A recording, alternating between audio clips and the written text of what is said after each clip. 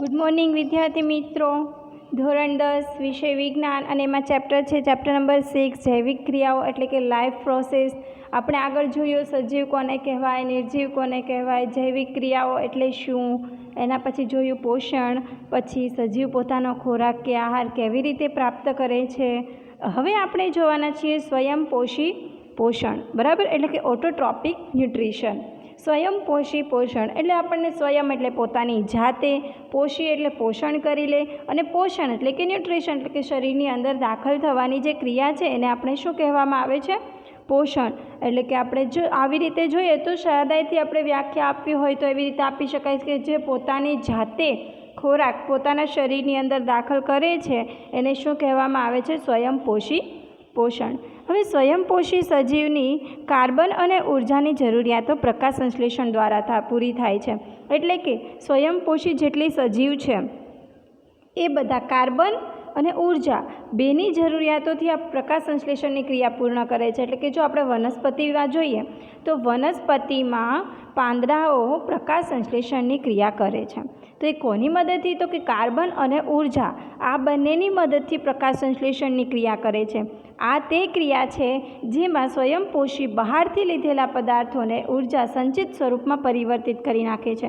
એટલે કે શું છે કે આ કાર્બન અને ઉર્જા દ્વારા આપણે જે પ્રકાશ સંશ્લેષણની ક્રિયા થાય છે ને એ એવી પ્રક્રિયા છે કે જેમાં સ્વયંપોષી એટલે કે જે સ્વયંપોષી જે છે, જે સજીવ છે એ બહારથી જેટલા પદાર્થો લે છે એને અંદર જેવી જ ઉર્જા જોઈએ છે એ ઉર્જામાં પરિવર્તિત કરી નાખે છે, બરાબર છે. અને આ પદાર્થો કાર્બન ડાયોક્સાઇડ અને પાણીના સ્વરૂપમાં ફેરવાય છે. એટલે કાર્બન અને જે ઉર્જા છે એ બંને શેમાં ફેરવાય છે? તો કે કાર્બન ડાયોક્સાઇડ અને પાણીના સ્વરૂપમાં ફેરવાય છે.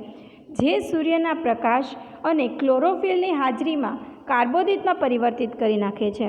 અને જે આ કાર્બન ડાયોક્સાઇડ અને પાણી બંને બને છે એ બંને સૂર્યપ્રકાશ અને ક્લોરોફિલ એટલે કે આપણે કહીએ સૂર્યપ્રકાશની હાજરીમાં જ પ્રકાશ સંશ્લેષણ થાય તો સૂર્યપ્રકાશ મળે એને પાંદડાઓને અને કાર્બોદિત મળી રહે. આ બંને ભેગા થઈને પછી શું બનાવી દે છે? આપણે કાર્બોદિત પદાર્થમાં, અને હા, પાંદડાઓની અંદર કાર્બોદિત નહીં, ક્લોરોફિલ રહેલું હોય છે. એટલે સૂર્યપ્રકાશ અને ક્લોરોફિલ છે આ બંને ભેગા થઈ અને કાર્બન ડાયોક્સાઇડ અને પાણીના મિશ્રણને કાર્બોદિતમાં પરિવર્તિત કરી નાખે છે. અને વનસ્પતિઓને ઉર્જા આપવા માટે કાર્બોદિત વપરાય છે, બરાબર છે. વનસ્પતિઓ માટે ઉર્જા જોઈએ તો ઉર્જા એટલે શું? તો કે ઉર્જા કાર્બોદિતમાંથી મળી રહે છે. આપણે ખોરાક ખાઈએ એમાં કેવું વિટામિન, મેગ્નેશિયમ, કેલ્શિયમ આ બધા જ જરૂરી છે. એવી રીતે વનસ્પતિમાં કાર્બોદિતમાંથી ઉર્જા મળે છે. આ પછીના વિભાગમાં આપણે અભ્યાસ કરીશું કે એવી રીતે થાય છે, કરીશું કે કેવી રીતે થાય છે જે કાર્બોદિત તરત જ વપરાતા નથી, તેઓ સ્ટાર્ચ કણ કે મંડક કણના સ્વરૂપમાં સંચિત થાય છે. એટલે કાર્બોદિત બને છે પરંતુ કાર્બોદિત ડાયરેક્ટ જ ઉપયોગ નથી થતા, પરંતુ સ્ટાર્ચ કણ અને મંડ કણના સ્વરૂપમાં સંચિત થાય છે. એટલે કે એમાંથી પાછા સ્ટાર્ચ કણ અને મંડક કણમાં જેવું જોઈએ એવામાં કન્વર્ટ થઈ જાય છે. આપણે કેવું કે ચલો આપણે ચોખા છે, હવે ચોખામાંથી આપણે રાઈસ બનાવવું હોય તો આપણે એ પ્રમાણેની પદ્ધતિ વાપરીએ, એનામાંથી આપણે ઢોસા કે એવું કંઈ બનાવવું હોય તો એવી રીતે પદ્ધતિ વાપરીએ. એવી જ રીતે અહીંયા તમારે જેવી ઉર્જા જોઈએ છે એ પ્રમાણે એમાંથી ઉર્જાને પરિવર્તિત કરી લે છે અને જે આંતરિક ઉર્જા સંગ્રહની જેમ કાર્ય કરે છે. અને કાર્બોદિત શું કરે છે? એની ઉર્જા છે કાર્બોદિત સ્વરૂપમાં બધી સંગ્રહાયેલી હોય છે અને વનસ્પતિઓ દ્વારા જરૂરિયાત અનુસાર ઉપયોગમાં પણ લઈ લેવાય છે. એટલે કે એ જ્યારે જરૂર પડે ત્યારે એમાંથી ઉપયોગમાં લઈ લે છે. આપણે કેવું અનાજ હોય આખા વર્ષમાંથી સ્ટોર કરીને મૂકી રાખીએ છીએ, જરૂર પડે એટલે લઈ લઈએ, જરૂર પડે એટલે લઈ લઈએ. એવી જ રીતે આ વનસ્પતિઓ પણ જેટલું મળે એટલું લઈ લે છે અને સ્ટોર કરીને રાખે છે, સાચવી રાખે છે, સંગ્રહ કરી રાખે છે અને પછી જ્યારે જરૂર પડે ત્યારે ઉપયોગમાં લઈ લે છે. કંઈક આવા પ્રકારની સ્થિતિ આપણા શરીરની અંદર પણ જોઈ શકાય છે.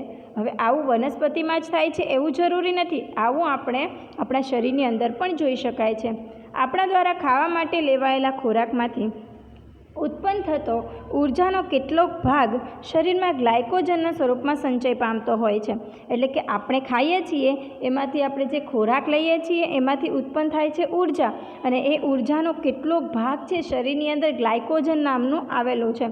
તો કે ગ્લાયકોજન નામનું તો આપણે પદાર્થ છે તો ગ્લાયકોજનના સ્વરૂપમાં સંચય પામતો હોય છે. એટલે આપણે જેટલી ઉર્જા પ્રાપ્ત થાય છે એ ગ્લાયકોજનમાં કન્વર્ટ થઈ જાય છે અને એમાં સંચય પામતો જાય છે.